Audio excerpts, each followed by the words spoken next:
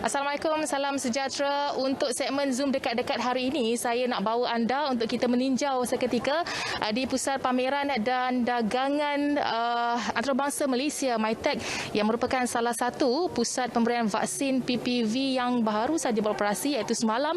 Dan buat pengetahuan anda, pengoperasian PPV baharu ini merupakan salah satu langkah kerajaan untuk membawa semua pihak, khususnya pihak swasta, untuk sama-sama menggempling tenaga dalam memastikan program imunisasi COVID-19 kebangsaan dapat dilakukan dengan sebaik mungkin. Dan ini juga bagi terus untuk membendung penularan COVID-19. Dan untuk kita bercakap lebih lanjut bagaimana pengoperasian di PPV MITEC ini, saya bawakan sendiri orang kuatnya. Silakan, iaitu Puan Lim Winnie, penyelaras operasinya. Selamat pagi, Puan. Selamat pagi. Terima kasih. Selamat datang ke MITEC ya. Ya, cukup besar sekali MITEC ini dan saya rasa itu salah satu MITEC dipilih juga sebagai PPV yang baharu. Saya difahamkan mereka yang dah pun buat temu janji di PPV Manjalara dan juga Stadium Titiwangsa dipindahkan ke sini, dan kita nak tahu juga bagaimana setakat ini kelancaran operasinya. Setakat ini alhamdulillah semuanya berjalan dengan lancar, sebab dari 7 hari dah lalu kita dah buat preparation. Kita ada masa yang cukup untuk buatkan preparation dari 2 PPV yang pindah ke sini.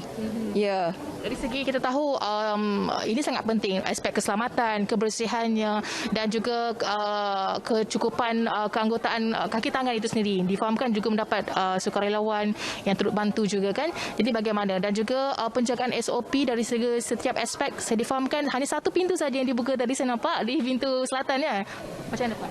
Ya betul. Dari segi keselamatan, untuk menjaga ada physical and social distancing, memang betul masuk adalah dari bahagian south side, tapi kita sekarang akan melihat apakah yang terbaik.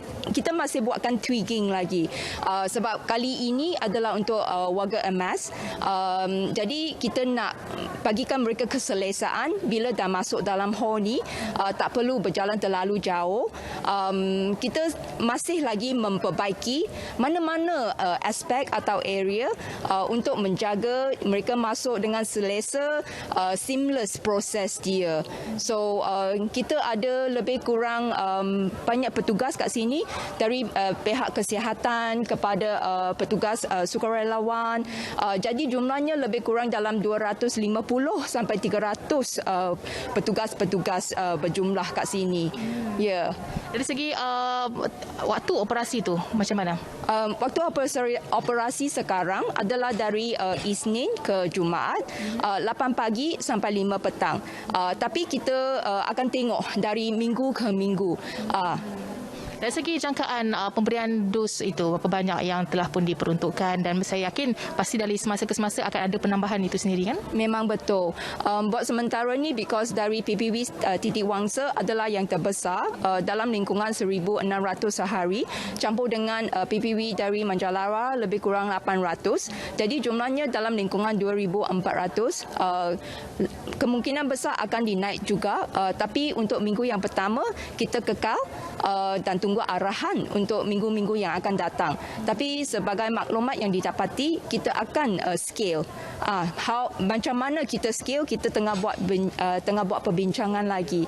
Sebab kapasiti dalam hall ni boleh muat lebih. Ya, untuk mungkin fasa 3 nanti kan, sebab sekarang fasa 2 adalah untuk warga emas saja. Ya. Kalau kita tengok dari segi MITEC sendiri, persiapannya cukup rapi, cukup teliti, dan bagaimana pula dengan mungkin mendapat juga kerjasama daripada pihak-pihak PDRM sendiri rela dan memastikan kelancaran program ini? Ya betul. The floor manager adalah Major Zakuan dari ATM.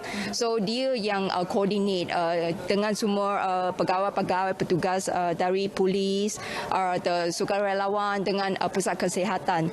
Jadi dia bertugas untuk menjaga schedule siapa yang masuk ke sini, dan dari pihak MITEC pula kita buat preparation dalam hall ni, buat cadangan apa yang bagus untuk buatkan flow dia lebih sesuai.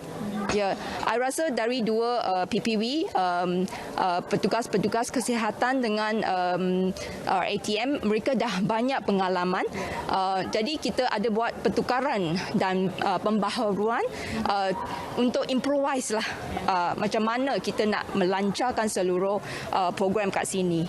Mungkin ada sedikitlah pesanan kepada mereka yang mungkin dah pun dapat jadi temunya untuk datang vaksinasi ini sendiri, bagaimana kesetiapan dari segi emosi dan juga mental juga kan. Mungkin setengah orang sudah berdaftar tapi tiba-tiba last minute tak nak datang pula, sedangkan persiapan semua dah buat. Dan pentingnya untuk kita sedarkan masyarakat untuk program vaksinasi ini sendiri. Ya, harap banyak orang yang lebih bersabar. Pertama, ada apa-apa selalu referkan kepada MySejahtera punya app. Bila dah datang ke PPV yang dikatakan dalam MySejahtera tu, tolonglah sediakan lengkap, buka PPV tu untuk cek adakah tempat yang temu janji tu adalah kat tempat yang betul. Yang itu adalah amat penting.